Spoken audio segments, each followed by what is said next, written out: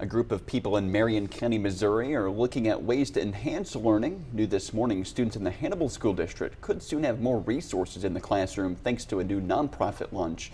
WGEM's Austin Johnson joins us live in the studio this morning with what it's aiming to accomplish. Austin, good morning. Well, hey there, Dylan. Good morning, and good morning to you all. I hope we're all getting off to a good start this morning.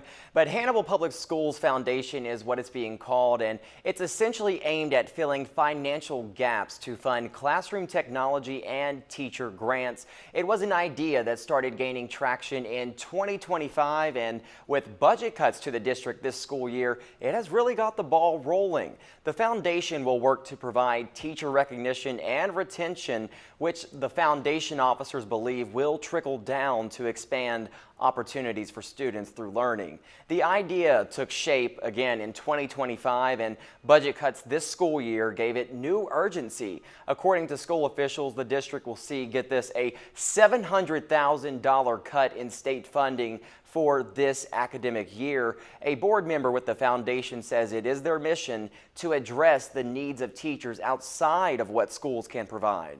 With strong schools equals a strong community. And oftentimes folks are like, well, I don't have kids in the district.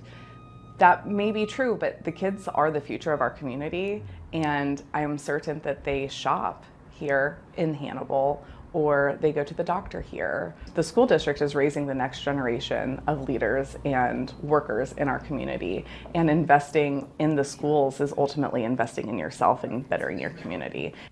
Campbell also says the foundation is in the beginning stages, and the most important thing now, of course, is getting those donations to fund their initiatives. Now, think of it this way. Once the foundation is fully operational, a teacher with a classroom idea no longer has to go without. This means the foundation can step in and possibly make that happen. Dylan.